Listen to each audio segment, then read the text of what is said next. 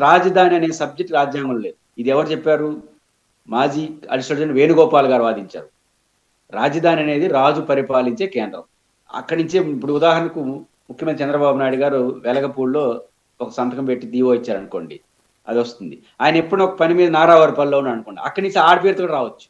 నారావారిపల్లి నుంచి కూడా ఈ జీవోలు. అంటే రాజధాని అనేది రాజు పరిపాలించే కేంద్రం. కాబట్టి ఇక్కడ రాజధాని శాశ్వతం అనే పదం వీళ్ళు వాడతారా లేదా, అసెంబ్లీ ఏమి తీర్మానిస్తుంది అనేది చూడాల్సి ఉంది. బట్ నాకున్న ప్రాథమిక అవగాహన మేరకు శాశ్వత రాజధాని అని చెప్పి తీర్మానం చేసే హక్కుని నేను కాదన్న కానీ అది నిలబడుతుందని అనుకోను. అంటే శాశ్వతం అంటే ఏంటి? వచ్చే ప్రభుత్వం దాని జోలికి పోకూడదని. అది నేను ఒక చట్టం చేస్తాను, రాబోయే ప్రభుత్వాలు దీన్ని పాటించాలి, అది ఎట్లా సాధ్యం అవుతుంది? ఈ అసెంబ్లీకి ఎంత అధికారం ఉంటుందో రాబోయే అసెంబ్లీ కూడా అదే అధికారం ఉంటుంది. కానీ ఈ అసెంబ్లీ తీర్మానం చేసి రాబోయే అసెంబ్లీ అంతా ఆదేశించగలదా నువ్వు ఎట్టు ఉండాలని? అసలు మీకు గుర్తుంటే భారత రాజ్యాంగం శాశ్వతమా? భారత రాజ్యాంగంలో మార్పులు చేయలేదా? భారత పార్లమెంట్ ఆమోదించిన రాజ్యాంగం. కాబట్టి ఈ సవరణలు చేసే అధికారం ఎన్నికైన సభకు ఉంటుంది, మార్పులు చేసే అధికారం ఉంటుంది. ఆ మార్పులు కరెక్టా తప్ప ఏకీభవిస్తామా, ఈ రాష్ట్రానికి మంచిదా కాదా డిబేటబుల్. బట్ మేము ఇప్పుడు మళ్ళీ జగన్ వస్తే 3 రాజధానులు చేస్తాడేమో అని భయపడి శాశ్వత రాజధాని తీర్మానం చేసేస్తానంటే ఎట్లా సాధ్యం అవుతుంది? కాబట్టి మీరు చేయాల్సిన అమరావతి రైతులైనా రాష్ట్ర ప్రభుత్వం అయినా అక్కడ శాశ్వతంగా ఒక రాజధాని ఉండే ఏర్పాట్లు చేయండి. ఒక మంచి క్యాపిటల్, అసెంబ్లీ, సెక్రటేరియట్ నిర్మించి ఇంకెవరు ఇక్కడి నుంచి మార్చాల్సిన అవసరం లేదనే ఒక వాతావరణం తీసుకురండి. దానిపైన శ్రద్ధ పెట్టండి.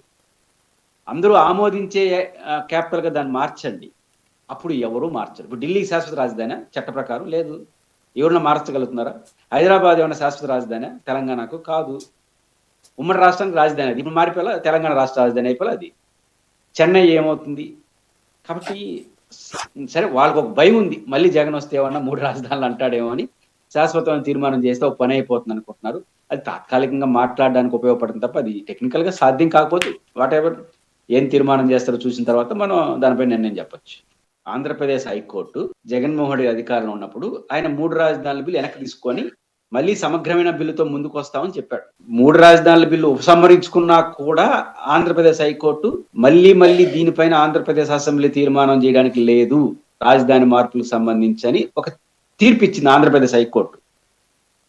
అంటే అర్థం అమరావతి రాజధాని కదా, మళ్ళీ ఎందుకు శాశ్వత భయం వస్తా ఉంది? ఎందుకు మళ్ళీ రాజధాని తీర్మానాలు?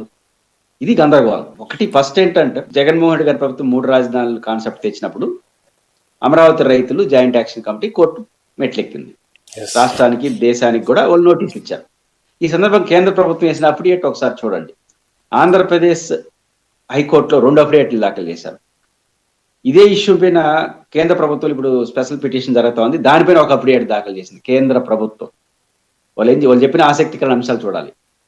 ఆంధ్రప్రదేశ్ హైకోర్టులో వేసిన తీర్మానంలో వాళ్ళు అఫిడేట్లో కేంద్ర ప్రభుత్వం, బీజేపీ నాయకత్వ కేంద్ర ప్రభుత్వం, రాష్ట్ర రాజధానిపై నిర్ణయం సంపూర్ణ అధికారం రాష్ట్ర ప్రభుత్వానికి ఉంటుంది, ఈ విషయంలో కేంద్రం జోక్యం సంబంధం లేదు, ఈ విషయంలో కోర్టులకు కూడా సంబంధం లేని విషయం అని చెప్పింది.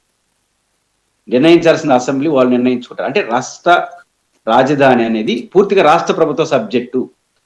ఇది కేంద్ర ప్రభుత్వం అఫిడేట్ దాఖలు చేసింది.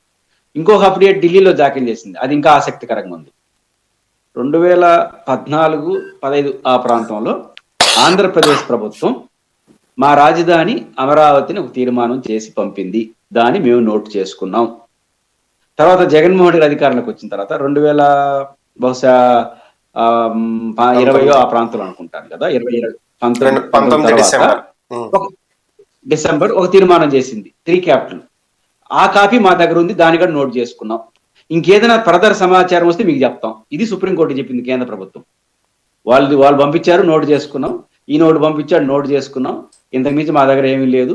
ఇంకేదైనా సమాచారం అదనంగా వస్తే మళ్ళీ మీ కోర్టుకు చెప్తామని చెప్పింది. అంటే అర్థం ఏంటి? కేంద్ర ప్రభుత్వ పాత్ర, ఆయా రాష్ట్ర ప్రభుత్వాలు రాజధాని పైన ఒక సావధాన తీర్మానాన్ని పంపిస్తే దాన్ని అంగీకరించి దాన్ని గెజెట్ చేయడం కేంద్ర ప్రభుత్వ పని. ఆ రోజు నుంచి రాజధానిగా ఉంటుంది. కొత్త ప్రభుత్వం వచ్చి రాజధాని మార్చుకుంది అనుకోండి, అనివార్యంగా కేంద్ర ప్రభుత్వం అంగీకరించక తప్పదు, కొంచెం అటు ఇటుగా. సరే, మీరు అనొచ్చు ఆంధ్రప్రదేశ్ రాజధాని మార్పు చేర్పులు ఆంధ్రప్రదేశ్ హైకోర్టు ఎందుకు తిరస్కరించింది, అసలు అసెంబ్లీకి అధికారం లేదని ప్రకటించింది అనే క్వశ్చన్ వస్తుంది. ఇది ఇక్కడ పాయింట్లు ఏంటంటే ఆంధ్రప్రదేశ్ జగన్మోహన్ ప్రభుత్వం టెక్నికల్ గా ఒక తప్పు చేసింది. ఆ తప్పు ఏంటంటే రాజధానిలో రైతులు 33,000 ఎకరాలు భూములు ఇచ్చారు. భూములు ఇచ్చిన రైతులతో సిఆర్‌డిఏ పేరుతో ఆంధ్రప్రదేశ్ ప్రభుత్వం ఒక ఒప్పందం చేసుకుంది. మేము ఇక్కడ ఒక రాజధాని కడతాము. మీరు మాకు భూములు ఉచితంగా ఇయ్యాలి కదా!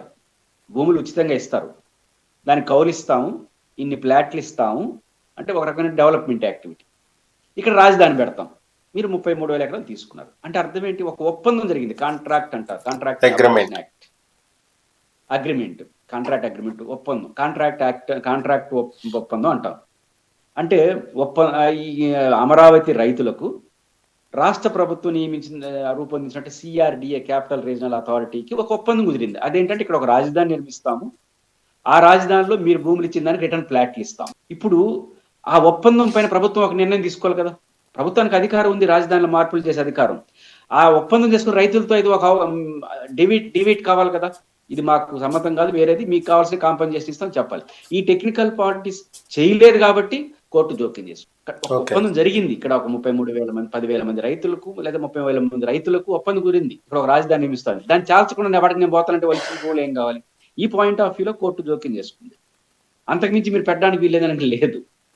రాజ్యాంగంలో ఏముంది? క్యాపిటల్ పైన ఒక ఇతిమిద్దమైన అభిప్రాయం లేదండి. చాలా మంది క్యాపిటల్ పైన రకరకాలు.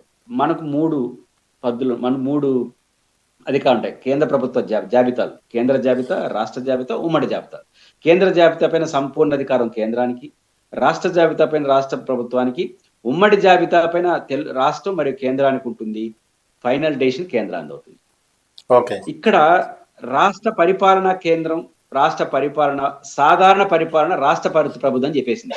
అమరావతి పైన ప్రత్యేక ఫోకస్. ఇప్పుడు 28వ తేదీ ప్రత్యేకంగా మాట్లాడతారు. ఇంకా అమరావతి గొప్పతనం అవన్నీ చెప్తారు. జగన్మోహన్ రెడ్డి గారిపై శాపనార్థాలు పెడతారు. మళ్ళీ ఆయన వచ్చేస్తే మార్చేస్తాడేమో, కాబట్టి ఎవరు మార్చకుండా ఉండడానికి వీలు కాకుండా చట్టం చేయబోతున్నాం, కాంక్రీట్ వేసేస్తున్నాం అని చెప్తారు. అంటే ఇంటర్నెట్ గా ఏం చెప్తున్నారు? మళ్ళీ జగన్ వస్తాడని మీరే చెప్తున్నారు. ఇప్పుడు జగన్ రాడని బయట మీరే చెప్తారు. మళ్ళీ జగన్ వస్తే 3 రాజధానులు ఇట్లా చేస్తాడేమో అని చెప్పి శాశ్వతం అంటారు. ఈ గందరగోళం ఎందుకు? నేను అనుకుంటుంది పార్లమెంట్కి పంపాలి. ఇప్పుడు మన జగన్ గారు మధ్యలో 3 రాజధానుల కాన్సెప్ట్ తీసుకొచ్చారు కదా. గత ప్రభుత్వం అమరావతి కేంద్రంగా రాజధాని అని ఉంది. ఈ ప్రభుత్వం జగన్మోహన్ ప్రభుత్వం 3 రాజధాని, ఆ డివిజన్ అట్లే ఉంది కదా. కాబట్టి ఈ ప్రభుత్వం శాసనసభలో ఒక ఆమోదం వంటి ఇది ఒక రాజధాని, మా రాజధాని ఆంధ్రప్రదేశ్ అమరావతి, లేకపోతే ఎలగపూడి, ఏ పేరు ఉంటే ఆ పేరు పంపించేస్తే కేంద్ర ప్రభుత్వం గెజిట్ చేసేస్తుంది. ఇది సాధారణ విషయం. దీనికి ప్రత్యేక సమావేశాలు అవసరం, ఏ సమావేశాన్ని తీర్మానించవచ్చు. కానీ వీళ్ళు ఏం చేయబోతున్నారని మనకు అర్థమవుతుంది. జరిగితే ప్రత్యేక సమావేశాలు పెడుతుందంటే మాకు ఎంత ప్రత్యేక ప్రాధాన్యత ఉంది. మీకు ప్రత్యేక సమావేశాలు పెట్టినా అదే తీర్మానం, సాధారణ సమావేశాలు అదే తీర్మానం. తీర్మానం ప్రత్యేక తీర్మానాలు ఉండవు. ప్రత్యేక తీర్మానం అవసరం లేదు. వాళ్ళు సాధారణ సమావేశం తీర్మానించవచ్చు. ఈ ప్రత్యేక సమావేశాలు పెడితే ఈ పార్లమెంటుకు పంపిస్తారు. అప్పుడు పార్లమెంటు ఆమోదం పొందుతుంది. పార్లమెంటు ఆమోదం కూడా అవసరం లేదు. పార్లమెంట్కి ఎందుకు పంపిస్తారో నాకు అర్థం కావట్లేదు. పార్లమెంట్ పని కాదు. మన సొలిసిటర్ జనరల్ వేణుగోపాల్ గారు చెప్పిన దాని ప్రకారం ఆంధ్రప్రదేశ్ హైకోర్టులో, ఢిల్లీ సుప్రీంకోర్టులో కేంద్ర ప్రభుత్వం, ఇదే బీజేపీ ప్రభుత్వం అప్డేట్ దాఖలు చేసింది. మా పరిధి కాదు నాయన అని చెప్పేసింది. కేంద్రాన్ని జోక్యం చేసుకోమని వీళ్ళు పెడితే అమరావతి రైతులు, అది మా పని కాదు, ఆంధ్రప్రదేశ్ ప్రభుత్వం పని అని చెప్పింది. ఇప్పుడు వాళ్ళ పని ఎట్ అయిపోతుంది. అది